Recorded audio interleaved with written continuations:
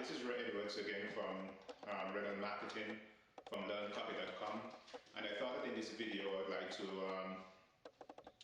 talk to you a little about how I entered the field of copywriting. Now, a video I did before, and you can see it right up there, concerned about the life of a copywriter, but I didn't really give you the story on how I really decided to become a copywriter and enter this field. Now, as far as my sales experience goes, as far back as I can remember, is way back in 1992, I think it was. For that summer, I decided to go back to college. I already had a first degree, but I decided to make a change in career and go back to school, and I needed money urgently. And how I did that was to do what is referred to as call portering, or basically I'm a salesperson who go house to house, much like an encyclopedia salesperson selling books. And so that's what I did. I was teaching high school at the time. I taught physics and chemistry along with some other subjects. And so what I did is that after I'd finished school, in the evening I would go out into the neighborhood, knock on doors, and I would try to sell books. Now in doing that, I had to read books on how to sell. And therefore I had to study sales psychology, and I read these scripts that I try to memorize, referred to as my canvas. And I read these scripts and basically try to memorize them in the sense where there was, I learned how to handle objections.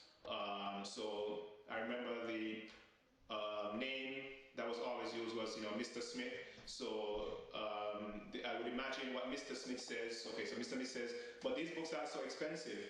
And then I would have to learn how to answer that objection. And I show him, the binding of the book, show him the real value of the book, that it goes actually beyond having a book on your shelf. I'll indicate to him the value that his children is going to get from it, the value his family is going to get from it, in order to convince him, that he should buy this book.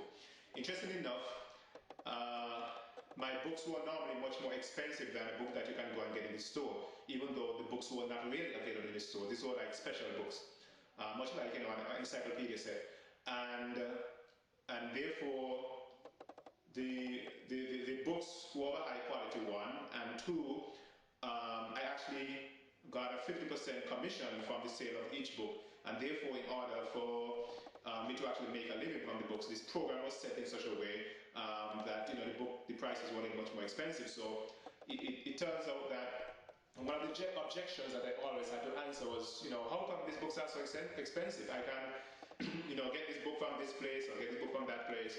At the time, Amazon.com, wasn't being even thought of yet, so that was really my competitor. And I didn't really have a direct competitor in that there was no other place that can really get these books, but yet I had to answer the question, why these were so expensive. And so therefore, in selling books, for those 2 summers, I basically had to learn to sell. I had to learn sales psychology.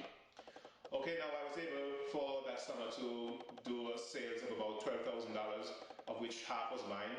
And that was very exciting for me because, to have, $6,000 on the bank back then was a lot of money. Even though I was, working as a high school teacher, I still wasn't able to save that amount. So it was exciting for me to have $6,000 on the bank at the end of that summer. That was able to start off helping with my tuition for school. Now fast forward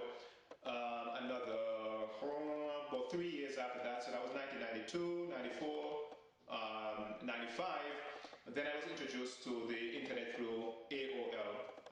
Way back in those days, AOL, you paid for the actual time that you used. So, but apart from that negative, the positive that you had for AOL was that there were free ad boards, and basically those ad boards, you made your post. And as another person made another post, then after your post got scrolled down to the bottom,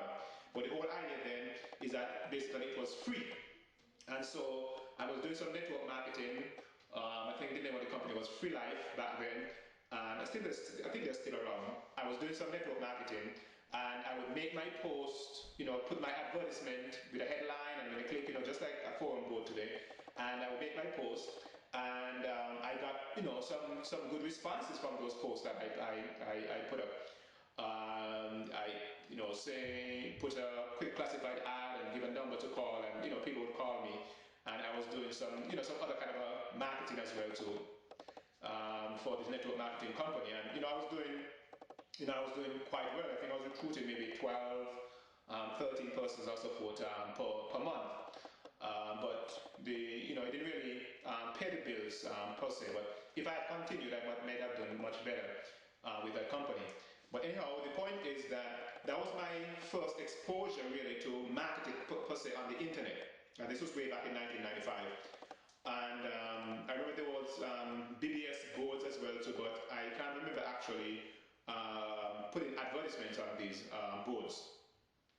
And then I met this network marketing company that was selling a long distance company, and I decided, maybe I should just write a free report and in order to promote this company.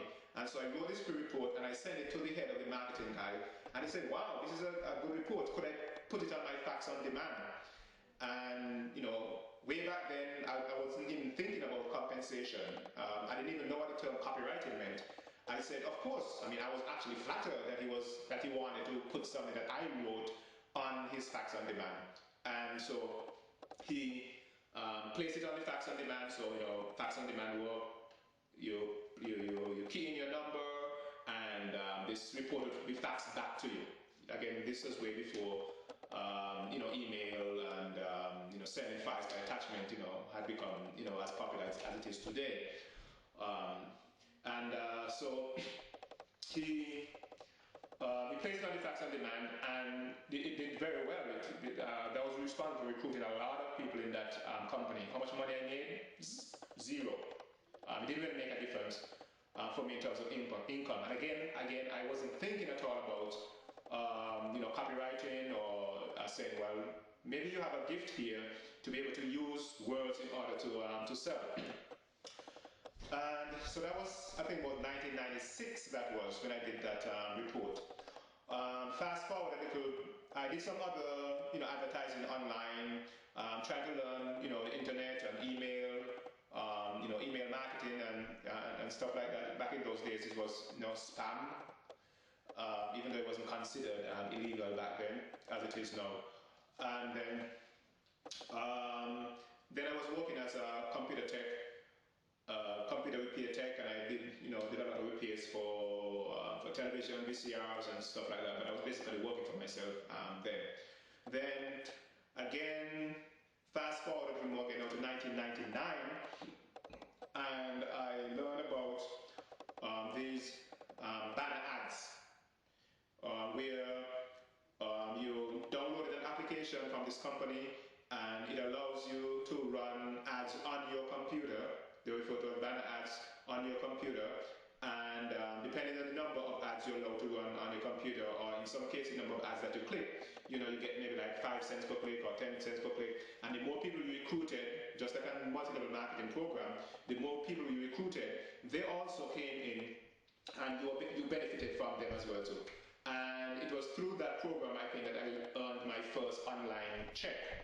And it was pretty exciting for me, because most people thought that all these online businesses and so forth are just rip off, and it's not going to really work out. And so for me, this was the first time I really saw the potential of being able to work online and earn an income from it.